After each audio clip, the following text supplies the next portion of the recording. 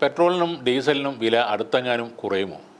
മിക്കവാറും ആളുകൾ നിത്യേന മനസ്സിലെങ്കിലും ചോദിക്കുന്ന ഒരു ചോദ്യമാണിത്. സമീപകാലത്ത് അന്താരാഷ്ട്ര വിപണിയിൽ ക്രൂഡ് ഓയിൽ വിലയിൽ വലിയ ഇടിവാണ് രേഖപ്പെടുത്തിയിട്ടുള്ളത്. അമേരിക്കയിലും ചൈനയിലും ഡിമാൻഡ് വലിയ തോതിൽ കുറഞ്ഞതോടെ ആഗോളതലത്തിൽ എണ്ണവില ബാരലിന് $70 താഴേക്കെത്തി.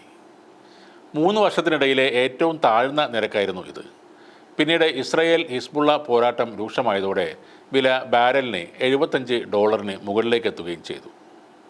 അന്താരാഷ്ട്ര രംഗത്തെ ക്രൂഡ് ഓയിൽ വിലയിലെ ഈ ഇടിവ് ഇന്ത്യക്ക് വലിയ അനുഗ്രഹമായി മാറിയെന്നാണ് കണക്കുകൾ പറയുന്നത്. അന്താരാഷ്ട്ര വിപണിയിൽ അസംസ്കൃത എണ്ണവില കുറഞ്ഞതോടെ കഴിഞ്ഞ വർഷത്തെ അപേക്ഷിച്ച് ഈ സാമ്പത്തിക വർഷം ക്രൂഡ് ഇറക്കുമതിയിൽ 60,000 കോടി രൂപയാണ് സർക്കാരിന് ലാഭിക്കാൻ ആകുന്നതെന്നാണ് കണക്കുകൾ പറയുന്നത്. ഈ കണക്കുകൾ പ്രകാരം അസംസ്കൃത എണ്ണവിലയിൽ ബാരലിന് ഓരോ $USD കുറയുമ്പോൾ ഇന്ത്യയുടെ ഇറക്കുമതി ബില്ലിൽ പ്രതിവർഷം 13,000 കോടി രൂപ ലാഭിക്കാനാകും. 2024 സാമ്പത്തിക സർവേ ഈ സാമ്പത്തിക വർഷത്തെ ശരാശരി ക്രൂഡ് വില ബാരലിന് $84 ആയിട്ടാണ് കണക്കാക്കുന്നത്.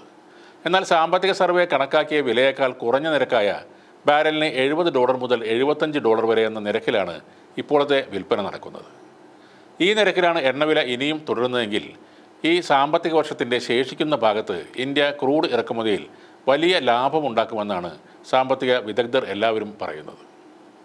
ഇന്ത്യൻ സർക്കാർ $85 അടുത്താണ് വില പ്രതീക്ഷിക്കുന്നത്. എന്നാൽ നിലവിലെ നിരക്ക് $70-72 അടുത്താണ്. ഇതിലൂടെ മികച്ച ലാഭം ലഭിക്കുന്നു. 2025 തുടക്കത്തിലും വില $80 താഴെയായി തുടരുമെന്നാണ് പ്രതീക്ഷിക്കുന്നതെന്നാണ് വാർത്താ ഏജൻസിയായ ANIക്ക് അനുവദിച്ച പ്രത്യേക അഭിമുഖത്തിൽ കേഡിയ അഡ്വൈസറി ഡയറക്ടറായ അജയ് കേഡിയ പറഞ്ഞത്. ഇന്ത്യയുടെ വിദേശ നാണ്യ ശേഖരത്തിൻ്റെ ഗണ്യമായ ഒരു ഭാഗം ക്രൂഡ് ഓയിൽ വാങ്ങുന്നതിനാണ് ഉപയോഗിക്കുന്നത്. ഈ സാഹചര്യത്തിൽ ഇറക്കുമതി ബില്ലിൽ കുറവുണ്ടായാൽ മറ്റ് പ്രധാന കറൻസികൾക്കെതിരെ ഇന്ത്യൻ രൂപയ്ക്ക് മൂല്യവർധനയും ഉണ്ടായേക്കാം.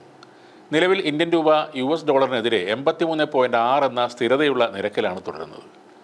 അതേസമയം വികസിത രാജ്യങ്ങളിലെ മറ്റ് പല കറൻസികളും വലിയ മൂല്യത്തകർച്ച നേരിടുകയും ചെയ്തിരുന്നു.